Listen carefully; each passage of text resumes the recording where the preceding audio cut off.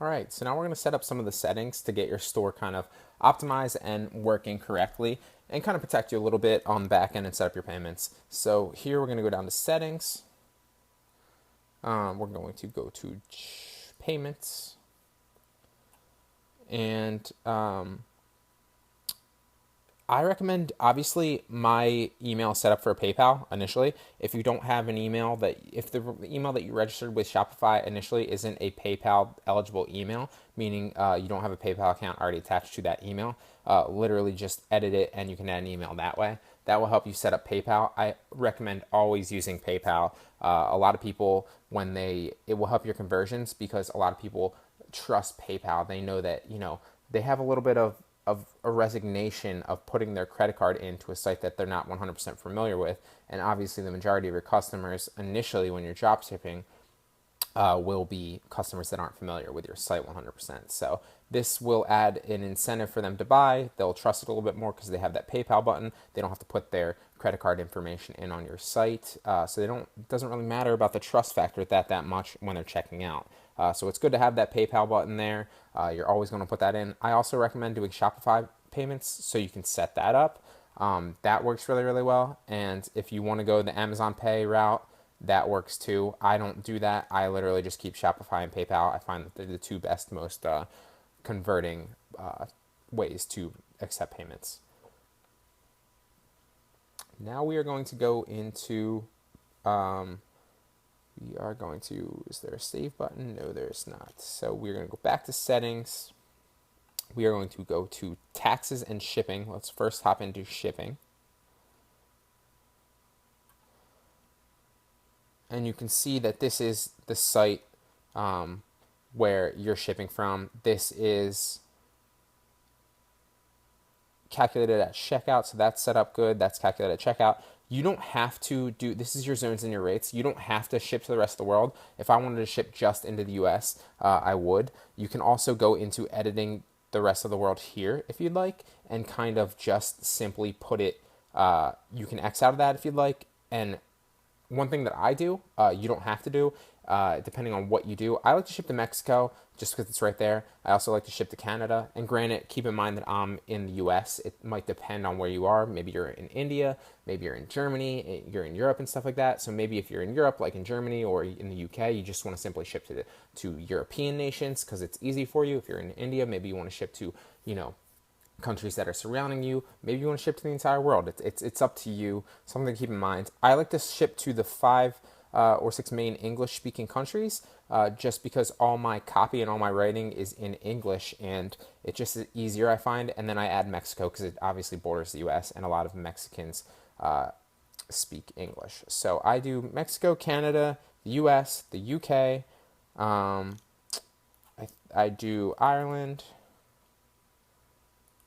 And I do New Zealand, and I also do Australia. So that's what I like to do. You can keep it how you'd like to do it. You can ship to the entire world if you'd like. I like to keep it like this. So is US in there? Okay. Why is the US not in there? Okay, US is already in there. Okay, gotcha. So then we're going to hit save. And we are going to go back to shipping.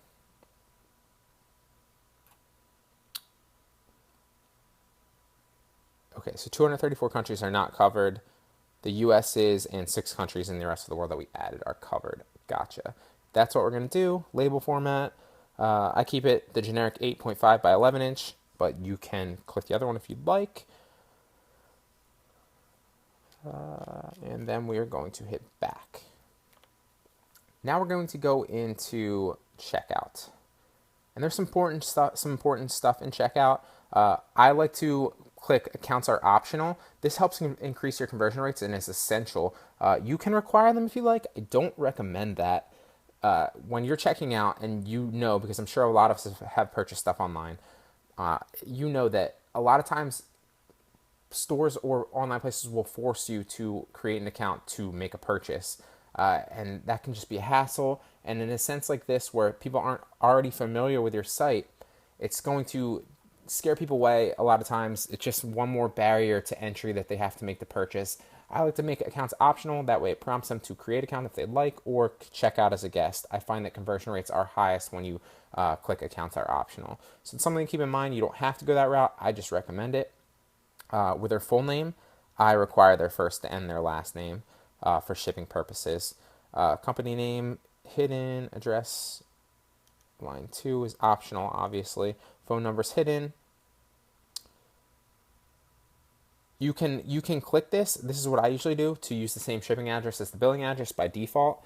They can obviously opt out of that in the shipping when they're, or in the checkout when they're checking out, but I like to keep that.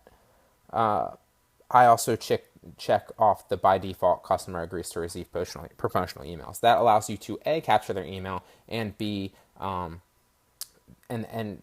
B, it really kind of increases future sale potential because you can obviously send them promotional emails so that they come back and make more sales in the past, because you want reoccurring customers. You're not just in this for one sale. You're going to want to continue to make more and more sales. After an order has been placed, you are going to do not automatically fulfill any of the order's line items. You're going to do that manually or semi-manually, semi-automated. I'm going to show you how to do that later. Obviously, automatically archive the order.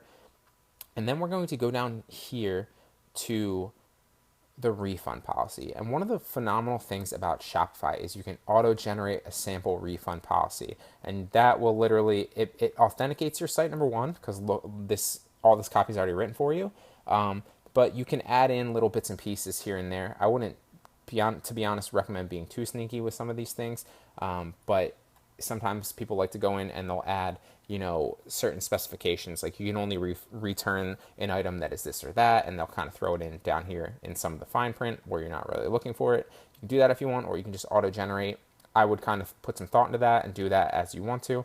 I'm going to generate the sample privacy policy and the terms of service just to give you an example. And obviously they're all automatically generated for you, so you don't have to do anything. If you like to kind of add, specific things in there and kind of plug them in, that's up to you. But just for the sake of showing you how to do this, I'm not going to. So then we're going to save that. And then we are going to go back up. Always save if there's a button. Remember that, guys. And then we're going to go back up to taxes. I'm going to say all taxes are included in my prices. You don't have to do that. You can additionally charge taxes and shipping rates. I find that, especially if you're already making a premium on dropshipping sites, and that's basically what you're doing if you're dropshipping wholesale with this method overseas, you're already making a decent amount of money. I don't charge additional for taxes. I find that lowers my conversion rates, and it upsets people at the end when they're checking out and they're charged more for taxes. So you don't want any underlying fees. You don't want any underlying, hidden shipping rates. I don't do that, but you can if you'd like to. So I'm going to save it like that. And then we're going to go back to settings. And that's really all the general ones that you need to know. You can fix notifications as to your preferences if you want. I don't really play around with that too much. You really just want to focus on the payments, setting that up, obviously auto-generating your stuff in checkout and setting that up, setting up your shipping to the countries that you're going to want your shipping to, and setting your taxes.